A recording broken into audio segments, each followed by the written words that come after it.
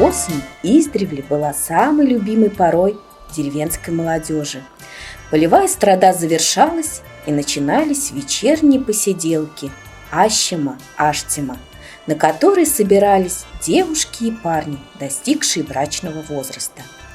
Здесь молодежь знакомилась, показывала себя с лучшей стороны и в играх, и в работе. Посиделки проходили в заранее снятой избе, обычно в домах одиноких женщин или вдов, а бывало, что и в нежилом доме. За помещение платили выполнением какой-либо работы или продуктами. Каждая девушка, отправляясь на посиделки, несла приготовленные лучины или свечи, которые зажигала около себя. Парни обеспечивали избу топливом на всю зиму. Сначала на посиделки приходили девушки. Они приносили с собой прялки с куделями, клубки со спицами, пяльцы с цветными нитками и начинали прясть, вязать, вышивать. У каждой было задание от родителей, которое за вечер нужно было выполнить: связать носок или спрясть пол кудели. Затем приходили парни, приносили семечки и орехи. Если девушки их впускали, то начиналась развлекательная часть посиделок. Она включала игры, песни, пляски, отгадывание загадок, рассказывание историй, страшных сказок.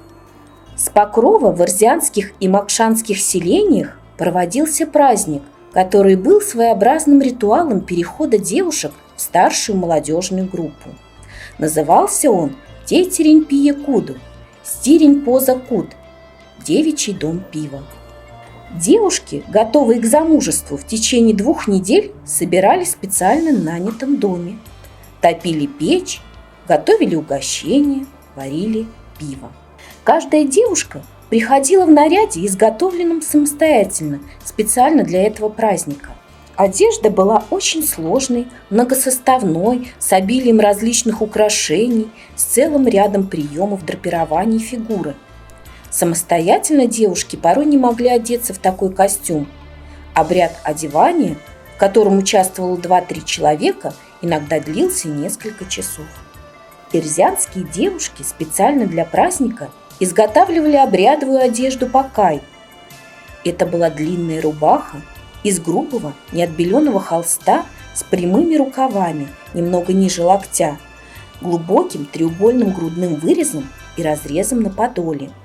Пакай отличался богатой сплошной вышивкой, выполненной толстыми шерстяными нитками красно-коричневого, темно-синего и черного с вкраплениями желтого и зеленого тонов.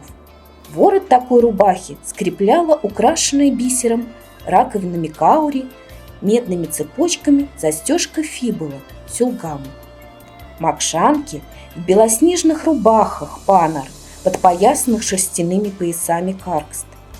По праздникам надевали несколько рубах, подернутых до середины колена, так, чтобы была видна ажурная разноцветная вышивка.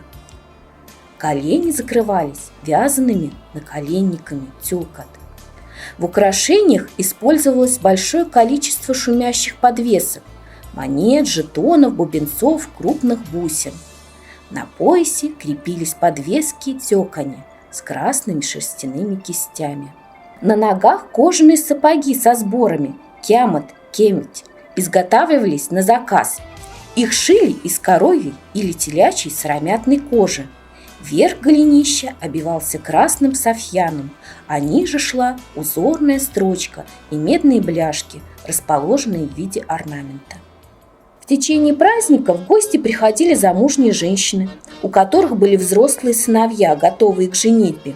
Во время посиделок они наблюдали за молодежью и примечали, какие образуются пары, обсуждали поведение девушек, оценивали их умение петь и танцевать. Не последнюю роль в девичьем празднике играли развлекательные моменты. Это действо было настоящим зрелищем с музыкой, песнями, танцами, играми, режением. Оно собирало множество зрителей, которые и сами принимали участие в веселье. Тема брака присутствовала на всем протяжении праздника. Так в один из дней разыгрывался свадебный ритуал. В роли невесты выступала одна из девушек, первый раз пришедшая в девичий дом. После праздника наступала пора сватовства и свадеб. Выбрав сыну невесту, родители приглашали к себе родственников и объявляли им об этом. После тщательного обсуждения всех обстоятельств выбора и по одобрению его всеми родными молили богов оказать поддержку в задуманном деле – в сватовстве. Ладяму, ладяму.